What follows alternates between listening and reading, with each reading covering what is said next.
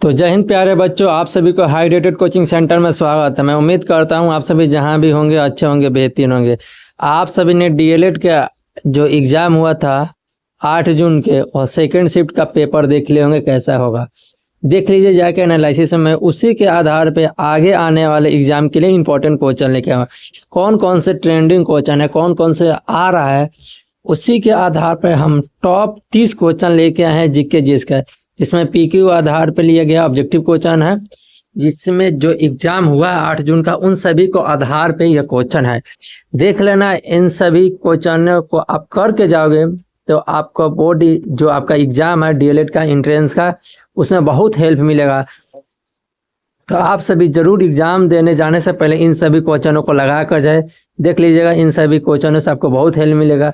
यह जान लो कि यह क्वेश्चन केवल क्वेश्चन है, इसमें एनालिसिस भी किया गया है। बिहार डीएलएड प्रवेश परीक्षा पिछले वर्ष जो भी है और आने वाले एग्जाम के सभी महत्वपूर्ण क्वेश्चनों को लिया। चलिए शुरू करते हैं।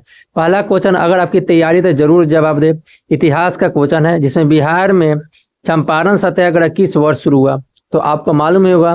क्या होगा बताइए, क्या ऑप्शन कौन सा होगा? क्या 1915 होगा? क्या 1915 होगा? क्या 1916 होगा? क्या 1917 होगा? क्या 1920 होगा? तो आप कहेंगे कि 1917 में हुआ था गांधी जी के द्वारा चंपारण सत्याग्रह। यह किस लिए हुआ था? तीन कठिया पद्धति के लिए। देखिए यहाँ परीक्षा उपयोगी विशेष बिंदु, मतलब परीक्षा के लिए कुछ महत्वपूर्ण बिंदु लिखा है तीन कठिया प्रथा, इसके विरोध में गांधी जी ने नील की खेती बंद करवाई। तीन कठिया पद्धति के मतलब क्या था? 3/20 था, ठीक है। मतलब 20 कट्ठा में आपको 3 कट्ठा नील की खेती करना था। यह अंग्रेजों के द्वारा कहा गया था, ठीक है। इसमें जो राजकुमार शुक्ल थे, जो था लखनऊ अधिवेशन जो था अंबिका चरण मजूमदार के द्वारा, उस अधिवेशन में राजकुमार शुक्ल शामिल थे। उसमें से विशेष अनुरोध पर ही गांधी जी चंपारण आए थे। मतलब गांधी जी को आमंत्रण किया गया, जिसके कारण वो आए थे। जानते हो, यह चंपारण सत्याग्रह था, यह पहला आंदोलन, यह महात्मा गांधी का पहला भारत में सफल सत्याग्रह आंदोलन था, ठीक है। यह आंदोलन किए तो इसके बाद यह सफल हुआ। नेक्स्ट चलते हैं, नेक्स्ट क्वेश्चन में जवाब दीजिए। मानव शरीर की सबसे बड़ी ग्रंथि कौन सा है? पूछ सकता है। तो क्या अग्नाशय है? क्या हमारा यकृत है? क्या थायराइड है? तो क्या पीयूष है? तो कहेंगे कि हमारा ऑप्शन नंबर सी होगा, यकृत होगा। अग्नाशय ग्रंथि एक मिश्रित ग्रंथि है। क्या है? मिश्रित ग्रंथि है। इसके अलावा थायराइड ग्रंथि है, जो गले में पाया जाता है, सबसे छोटी अंतःस्रावी ग्रंथि है। पीयूष ग्रंथि जो हमारे पास क्या है, यह भी छोटी ग्रंथि है, ठीक है। सबसे छोटी पूछे तो थायराइड ग्रंथि। आगे चले, नेक्स्ट आगे यहाँ ध्यान दीजिए। पीस रस, जो पीत है ना, पीत रस, यकृत से पीत रस का स्रावन होता है, जो पाचन में सहायक होता है, ठीक है। यहाँ ध्यान दीजिएगा आप लोग। यह थायराइड ग्रंथि जो है ना, यह जो ग्रंथि है सबसे छोटी नहीं है, अंतःस्रावी में सबसे बड़ी ग्रंथि क्या है? अंतःस्रावी में सबसे बड़ी ग्रंथि, यह बात को ध्यान रखिए, ठीक। सबसे भारी यह मानव शरीर, देखिए आइए नेक्स्ट, परीक्षा के उपयोगी बिंदु में ध्यान दीजिएगा। यह सबसे पहले था पीत रस का स्रावन यकृत से ही होता है, जो पाचन में सहायक होता है। सबसे भारी जो मानव शरीर का सबसे भारी ग्रंथि पूछे तो कौन है? हमारा यकृत है, जिसका वजन 1.5 kg होता है। लीवर का वजन कितना होता है? 1.5 kg। पुनर्जनन, यकृत का पुनर्जनन जो होता है, यकृत कोशिका में सबसे तेजी से ठीक होने की क्षमता होती है। आगे चले, आइए नेक्स्ट क्वेश्चन है आपका तीसरा नंबर क्वेश्चन। क्या है? यह भी भारतीय राज्य व्यवस्था से, भारतीय संविधान के किस अनुच्छेद को संविधान की आत्मा कहा जाता है? क्या अनुच्छेद 14 है? क्या अनुच्छेद 19 है? क्या अनुच्छेद 21 है? तो क्या अनुच्छेद हमारा 32 है? तो ऑप्शन डी नंबर हमारा होगा अनुच्छेद 32, ठीक है। अनुच्छेद 19 जो है स्वतंत्रता से है। अनुच्छेद 21 जो है हमारा शिक्षा के अधिकार से है, ठीक है, राइट टू प्राइवेसी जो भी है। यह 14 नंबर हमारा है, जो हमारा अनुच्छेद 14 भी है। नेक्स्ट आगे बताइए। इसके बाद परीक्षा उपयोगी कुछ विशेष बिंदु में ध्यान दीजिए। अम्बेडकर का कथन था, इसे अम्बेडकर ने संविधान का हृदय और आत्मा कहा। अनुच्छेद 14 बहुत ही इंपॉर्टेंट था, इसलिए जो भीमराव अम्बेडकर है इसने कहा हृदय और आत्मा संविधान का। संवैधानिक उपचार में जाने थे, इसके तहत सुप्रीम कोर्ट 5 प्रकार के रीट जारी करते। देखिए यही है, ये संविधान द्वारा उपचार जो है, संवैधानिक उपचार अनुच्छेद 32 के द्वारा 5 रीट जारी होता है। क्या होता है? रीट जारी होता है, 5 रीट जारी होता है। ठीक है, 5 रीट जारी होता है।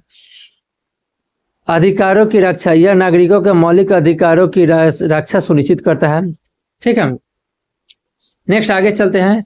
अगर मान लीजिए नागरिक को किसी प्रकार के मौलिक अधिकारों पर हनन होता है तो यही सुप्रीम कोर्ट है जो 5 प्रकार के रीट जारी करता है। ठीक, ध्यान दीजिएगा। पीतल जो है यह साइंस का क्वेश्चन है। पीतल निम्नलिखित में से किन धातुओं का मिश्रण? पीतल जो है ना, पिताजी याद रखना, पिताजी का, पिताजी याद रखना आपको, पिताजी आपको याद रखना है, पिताजी। यह याद हो तो आपको काम कर। पी फॉर पीतल, ता फॉर तांबा और जे फॉर जस्ता। मतलब क्या हुआ? पीतल जो है ना तांबा और जस्ता का मिश्र धातु है। इसमें लिखा हुआ का तांबा जस्ता, मतलब आपका ऑप्शन हमारा होगा ए। ऑप्शन हमारा ए होगा, बी नहीं होगा, सी नहीं होगा और डी नहीं होगा। आइए ध्यान दीजिए, इसमें कुछ परीक्षा उपयोगी विशेष बिंदु ध्यान दीजिएगा। धातु जो होता है ना संगठन, इसमें लगभग 70% तांबा और 30% जस्ता होता है। यह मिश्र धातु है जो पीतल में कई परसेंट, 70% तांबा होता है, 30% जस्ता। याद रखने के लिए ट्रिक, पिताजी, जैसे पी फॉर पीतल, ता फॉर तांबा, जी फॉर जिंक, या जस्ता है के याद रखें। ठीक है, कांसा, कांसा का होता है तांबा और टीन का मिश्र धातु है, प्रसिद्ध मिश्र धातु। ठीक, चलिए आगे देखा जाए। बिहार का शोक किस नदी को कहा जाता है? तो क्या गंगा नदी को कहा जाता है? तो नहीं। सोन नदी को तो नहीं। कोसी नदी, हाँ जी, कोसी नदी को कहा जाता है, गंडक नदी को नहीं कहा जाता। ठीक है, कोसी नदी को कहा जाता है, गंडक नदी को नहीं का। ठीक, ध्यान दीजिएगा, ये हमारा ऑप्शन नंबर सी होगा। चलिए आइए कुछ परीक्षा के उपयोगी विशेष बिंदु पर ध्यान देते हैं। यहाँ ध्यान दें, मार्ग परिवर्तन। यह नदी जो है ना, मार्ग मतलब अपनी दिशा बदल देते हैं और बार बार अपना रास्ता बदलने के लिए कुख्यात है। मतलब समझ, यह दिशा बदल देता है, इसी कारण से बाढ़ आ जाता है उत्तर बिहार में। भीषण बाढ़ इस नदी के कारण उत्तर बिहार में प्रति वर्ष तबाही मचाती है। ये मार्ग बदलता है कोसी नदी, इसीलिए बिहार का शोक कहते हैं। आपको बताना होगा बंगाल का शोक किस नदी को कहते हैं? बंगाल का शोक बताना है।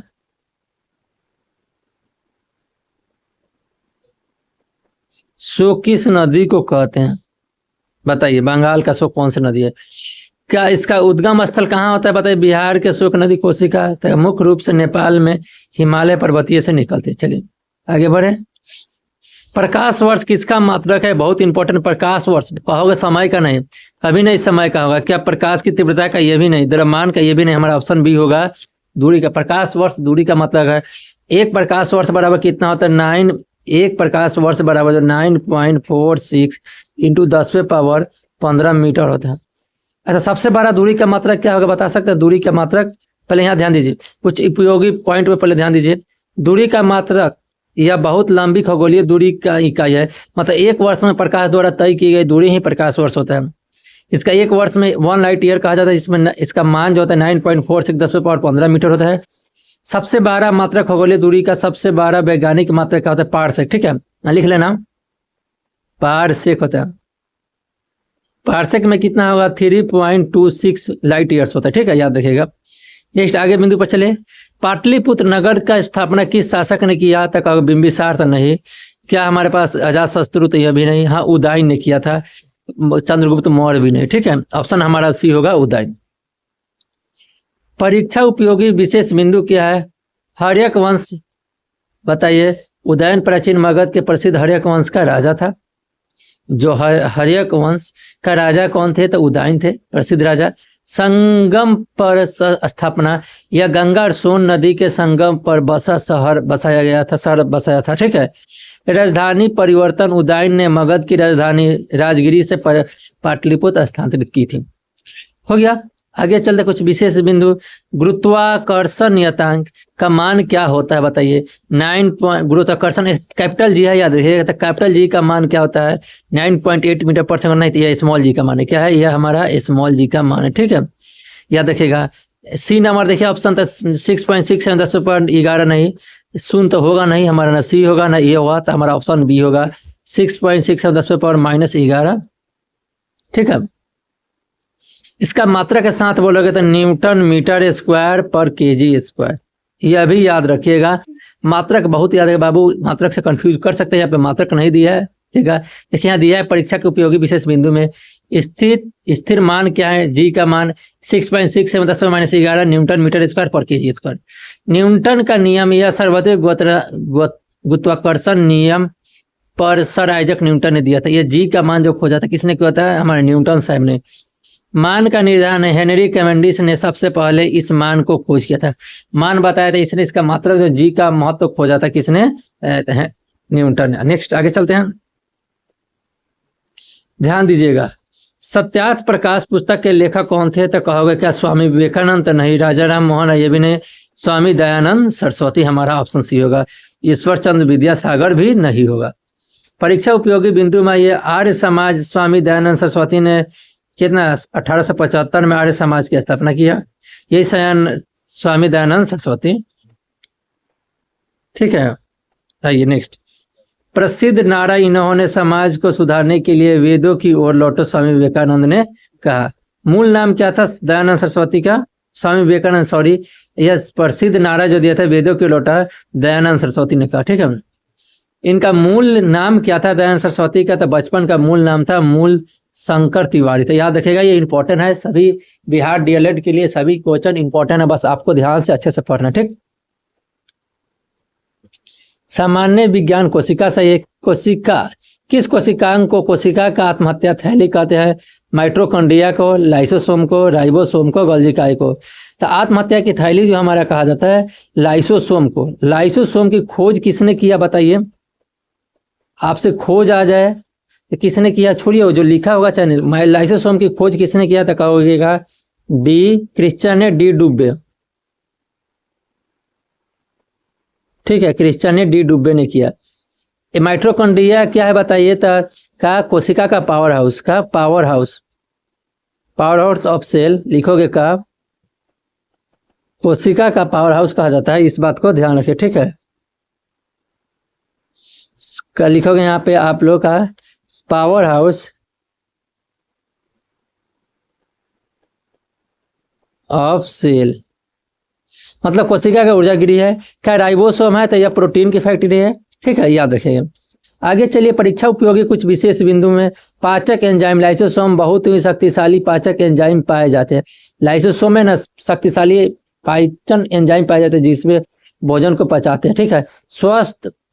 स्वतः नष्ट होना कोशिका में क्षतिग्रस्त होने पर यह पूरी कोशिकाओं को पचा लेता है, ठीक है। माइटोकॉन्ड्रिया का है, इसे कोशिका का पावर हाउस या ऊर्जा गृह केंद्र कहा जाता है, ये सब हम बताए हैं।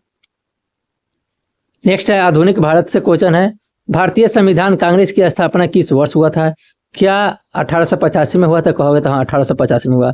1890 में नहीं, 1905 में नहीं, 1911 नहीं। 1911 में क्या होता है बता सकते हैं आप सभी। 1911 में बहुत कुछ हुआ, भारत की राजधानी कलकत्ता से दिल्ली स्थानांतरित किया, ठीक है। कलकत्ता से कहाँ, दिल्ली किया स्थानांतरित 1911 में। बना पूर्ण रूप से कब, 1912 में, याद रखिएगा। कुछ परीक्षा के विशेष बिंदु क्या है उससे पहले हाई बता दीजिएगा। 1905 में क्या हुआ था, बंगाल का विभाजन हुआ, ठीक है। परीक्षा उपयोगी विशेष बिंदु ध्यान दीजिएगा। मुख्य संस्थापक, अच्छा, कांग्रेस का संस्थापक कौन था, स्थापक जो ए.ओ. ह्यूम ने मुंबई में गोकुल दास कॉलेज में की थी। प्रथम अध्यक्ष कौन था, व्योमकेश चंद्र बनर्जी, पहले अधिवेशन के अध्यक्ष। तत्कालीन वायसराय उस समय कौन था, तो डफरिन था। इससे डफरिन को ही कहते, लॉर्ड डफरिन या लॉर्ड मत लगाना, डफरिन लगाना। यह डफरिन जो हमारा क्या है बता सकते हैं, यह हमारा डफरिन जो है मस्तिष्क का उपज इसे कहते हैं, बहुत ही चतुर व्यक्ति थे। आइए, लोहे में जंग लगने पर उसके वजन में क्या परिवर्तन होता है, क्या जंग लगने से लोहा का वजन बढ़ जाता है, क्या घट जाता है, तो घटेगा नहीं, बढ़ता है। अपरिवर्तित रहता है, ये भी नहीं, पहले घटेगा फिर बढ़ेगा, ये भी नहीं, हमारा ऑप्शन बी होगा। नेक्स्ट, इसका परीक्षा उपयोगी बिंदु पढ़ लेते हैं। रासायनिक क्रिया, जंग लगना, हवा और नमी की उपस्थिति में एक रासायनिक बदलाव आता है। वजन बढ़ता है, ऑक्सीजन जुड़ने से के कारण जंग लगने से लोहे का वजन बढ़ जाता है। जस्तीकरण क्या होता है? जस्तीकरण में क्या होता है, जंग से बचने के लिए लोहे पर जास्ते का परत चढ़ा, जैसे ये लोहा हो गया ना, इस पे क्या किया, ये लोहा आ गया तो इस पर परत अच्छे से चढ़ा दिया जाए, जस्तीकरण मैंने कि जस्ता का, जैसे कि लोहे में जंग न लगे, ऑक्सीजन के परत मतलब ऑक्सीजन का संपर्क तोड़ दिया जाता है। ठीक, आगे चले, नेक्स्ट आइए। काजीरंगा राष्ट्रीय उद्यान बिहार भारत के किस राज्य में स्थित है? क्या पश्चिम बंगाल में? तो नहीं। क्या असम में? बताइए।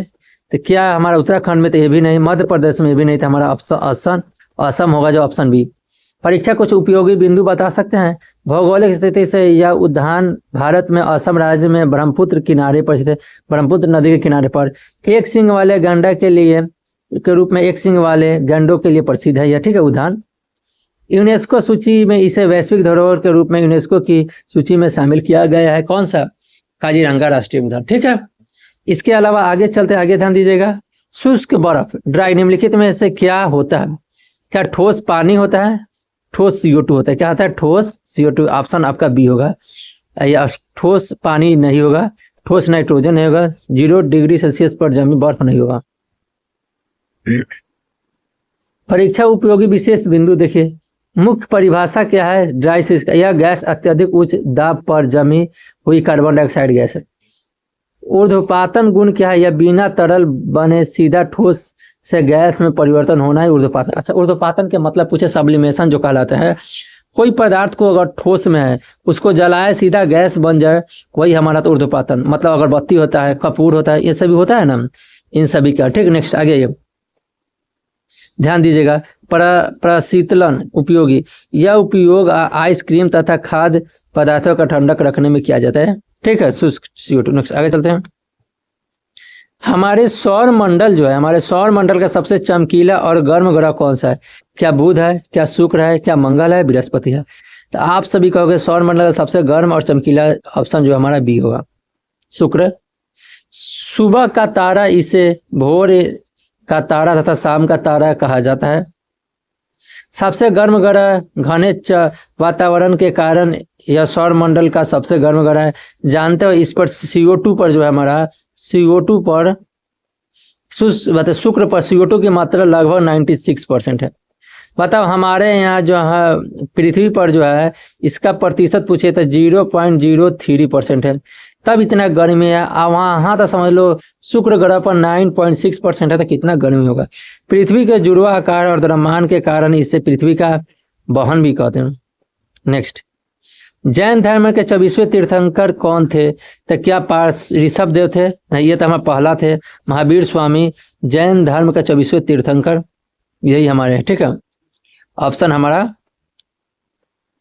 सी होगा। ठीक, ध्यान दीजिएगा, क्या होगा? ऑप्शन हमारा सी होगा, याद रखिए। ठीक है,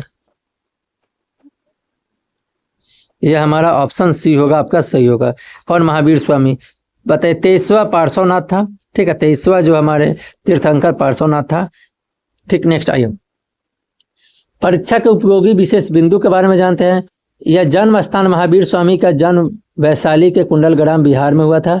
जैन धर्म संस्थापक, जैन धर्म के पहले तीर्थंकर वास्तविक संस्थापक ऋषभ देव थे। मोक्ष की प्राप्ति महावीर स्वामी को बिहार में पावापुरी में मोक्ष की प्राप्ति, मतलब क्या, यहाँ मर गए। नेक्स्ट आगे चलते हैं। नींबू के रस का pH मान लगभग कितना होता है? तो क्या बताइए, नींबू रस क्या है? एक अम्ल है। क्या है? एक अम्ल है। अच्छा, इसे याद करना बताइए, हमें बहुत इजी था, ऑप्शन से ही बना सकते थे। अम्ल का pH मान जो होता है ना 0 से 7 के बीच होता है। ठीक है, 7 भी नहीं, 7 से कम होगा। ठीक है, और बाकी 7 से अधिक हो जाए, 7 से प्लस हो जाए तो हमारा क्षार हो जाता है। तो 7 ऑप्शन तो होगा नहीं, डी भी नहीं होगा, ऑप्शन सी भी नहीं होगा। तो हमारा 2.2 जो होता है नींबू रस का pH मान होता है, ऑप्शन है। इसका कुछ उपयोगी बिंदु देख लेते हैं। अम्लीय प्रकृति के नींबू जो होता है इसमें साइट्रिक अम्ल पाया जाता है। नींबू में कौन सा अम्ल तो कहोगे? तो साइट्रिक अम्ल।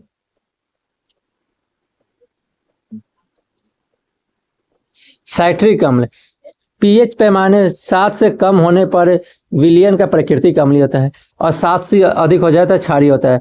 तो आप बता सकते हैं कि pH का खोज किसने किया था? pH स्केल का खोज बता सकते हैं कि किसने किया था? पीएच स्केल का खोज किसने किया, बता सकते हैं? बताइए जरूर कमेंट बॉक्स में। मानव रक्त पीएच परीक्षा के लिए याद रखने, मानव रक्त का पीएच मान 7.4 होता है। यह डाटा फिक्स है, याद रखिए, ठीक। प्रसिद्ध गायत्री मंत्र का उल्लेख ऋग्वेद के किस मंडल में है? तो कहा होगा तीसरे मंडल में। ऑप्शन हमारा बी होगा, ए नहीं होगा, या हमारा सी नहीं होगा, ना डी होगा। आइए, महर्षि विश्वामित्र इस पवित्र और प्रसिद्ध मंत्र की रचना महर्षि विश्वामित्र ने किया था, गायत्री मंत्र का। सूर्यदेव और समर्पित यह प्राचीन मंत्र मुख्य रूप से सवित्री सूर्यदेव का समर्पित है। ऋग्वेद की रचना, ऋग्वेद सबसे प्राचीन वेद है, इस जिसमें कुल 10 मंडल है। हो गया। आइए, ध्वनि जो होता है साउंड का चाल सबसे अधिक किस माध्यम में होता है? तो क्या वायु में नहीं, क्या जल में नहीं, निर्वात में नहीं। सबसे ज्यादा चाल जो होता है स्टील ठोस में। निर्वात में तो चाल होवे नहीं करता, निर्वात में चाल नहीं, चाल नहीं। मतलब यहाँ ध्यान दीजिए, सबसे अधिक ठोस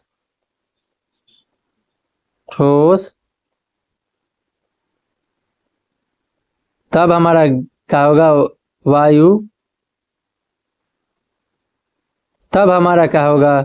जल।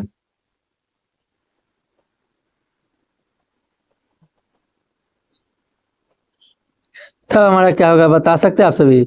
जल होगा, तब जाके हमारा पास क्या होगा? ठोस होगा, ठोस। यह याद रख सकते हैं।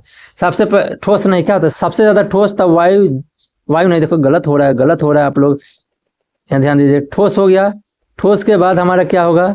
ठोस के बाद हमारा जल होगा, क्या होगा? जल। तब हमारा क्या होगा? वायु होगा। अब बाकी हमारा निर्वात लास्ट में, ठीक है, यह होगा। आगे इसका चरण परीक्षा उपयोगी विशेष बिंदु में जानते हैं। अनुदैर्ध्य तरंगे, या अनुदैर्ध्य तरंगे होता है। अनुदैर्ध्य तरंगे के लिए हमेशा भौतिक माध्यम पर निर्भर होता है, मतलब बिना माध्यम के निर्वात माने गमन कर ही नहीं सकते। निर्वात में गति ध्वनि तरंग कभी निर्वात में माने वैक्यूम में के माध्यम में नहीं चल सकती, ठीक है। माध्यम का क्रम ध्वनि की चाल सबसे अधिक ठोस में, सबसे कम गैस में होता है। आगे आइए, महात्मा गांधी दक्षिण अफ्रीका से अस्थायी रूप से भारत किस वर्ष लौटे? अस्थायी मतलब क्या जानते हो? बीच बीच में गांधी जी दक्षिण अफ्रीका से आते थे, तो पूर्ण रूप से कब लौट गए? तो क्या ऑप्शन ए है 1912 में? तो नहीं। क्या ऑप्शन बी है 1914 में? तो नहीं। हमारा ऑप्शन सी होगा, सही करेक्ट है, जो ऑप्शन 1915 में हुआ था। 1916 में तो समझ चंपारण सत्य जो लखनऊ अधिवेशन में शामिल थे गांधी जी, इसी समय तो राजकुमार शुक्ल ने बुलाए थे। नेक्स्ट आइए, आगमन की तिथि गांधी जी 9 जनवरी 1915 को हमेशा के लिए भारत वापस लौटे। इसी दिन 9 जनवरी को प्रवासी दिवस, इस आगमन की याद में प्रति वर्ष प्रवासी भारतीय दिवस मनाया जाता है। दक्षिण अफ्रीका प्रवास, गांधी जी लगभग 21 वर्ष तक दक्षिण अफ्रीका के प्रवास पर रहे थे, मतलब 21 वर्ष गांधी जी दक्षिण अफ्रीका रहे थे। नेक्स्ट याद रखिए, रक्त का थक्का जमने में कौन सा विटामिन सहायक होता है? क्या विटामिन ए?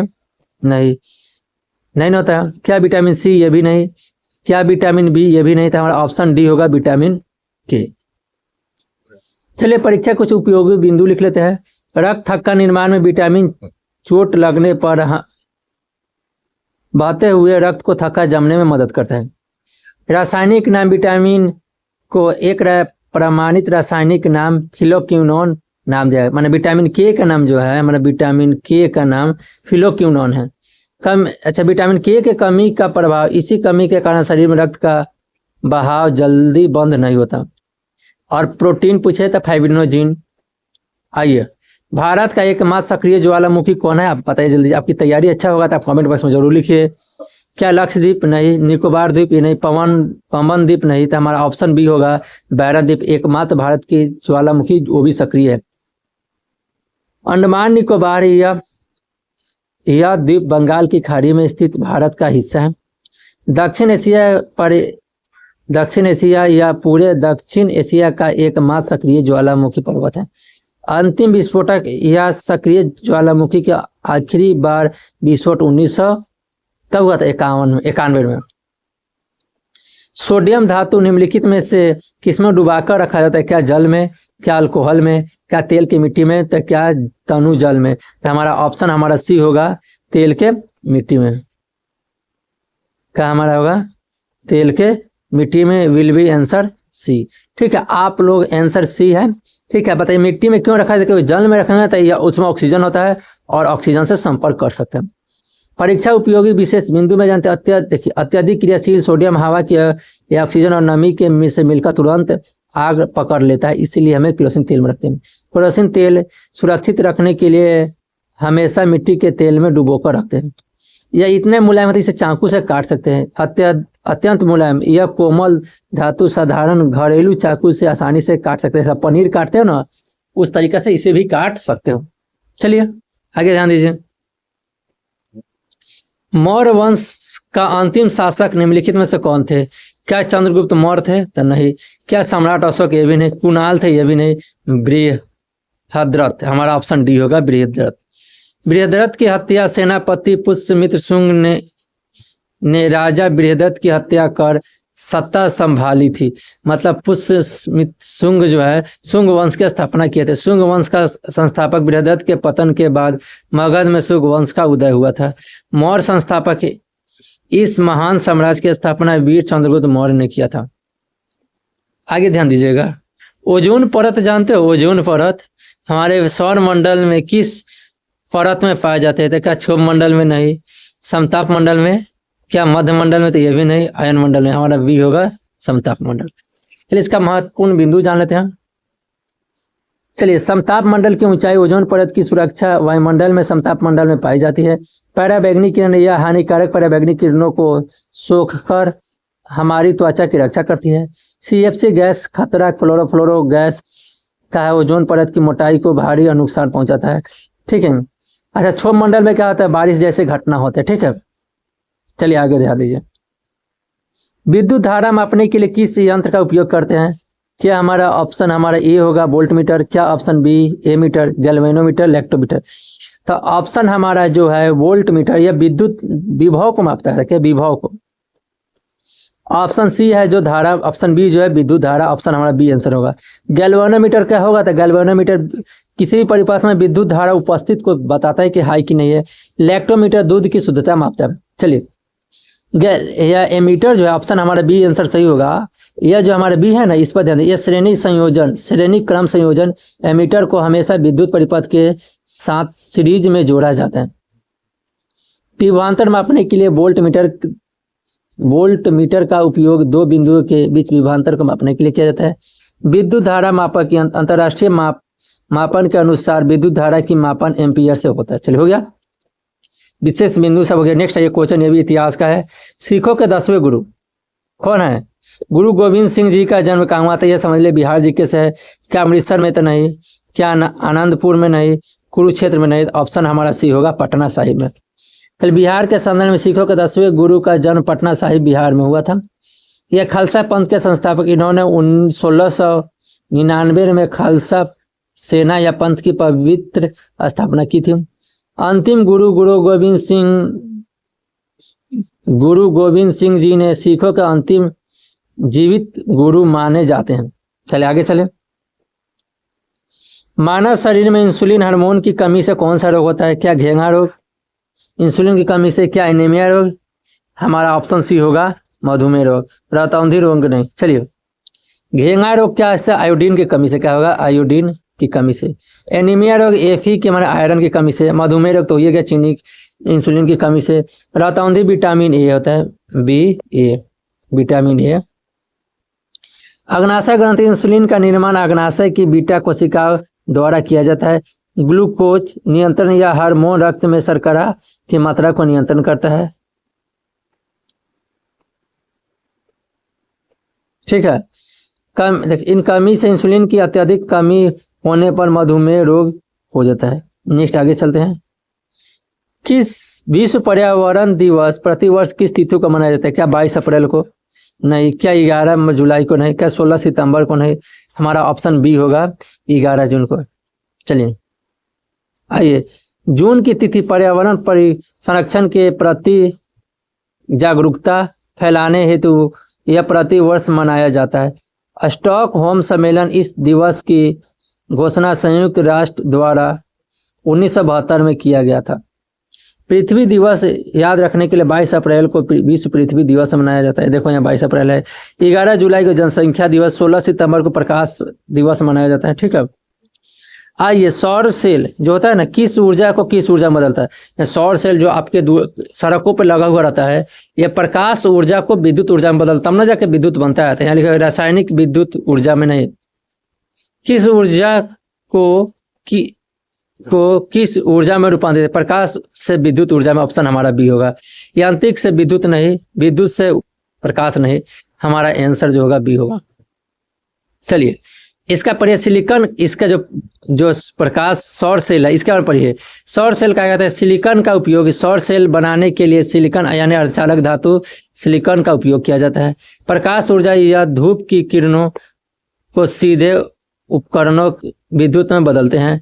फोटोमोटिव प्रभाव, सौर सेल पूर्ण रूप से फोटोमेटिव मतलब प्रकाश संश्लेषण जो होता है ना, उसके अनुसार भौतिक सिद्धांत पर काम करता है।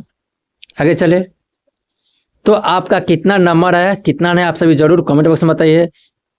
ठीक है, मैं उम्मीद करता हूँ कि आप लोग की तैयारी बहुत ही बेहतरीन होगी और आप सभी ने अच्छे तरीक़ा से सभी का जवाब दिए होंगे।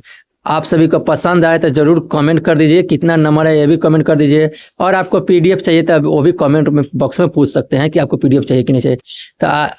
तो मैं कहूँगा आप लोग की अच्छी तैयारी की है तो जाइए, इस बार सरकारी कॉलेज ज़रूर लीजिए। इस बार सरकारी कॉलेज होना चाहिए, एक सीट पक्की होनी चाहिए। ओके बाय, जय हिंद।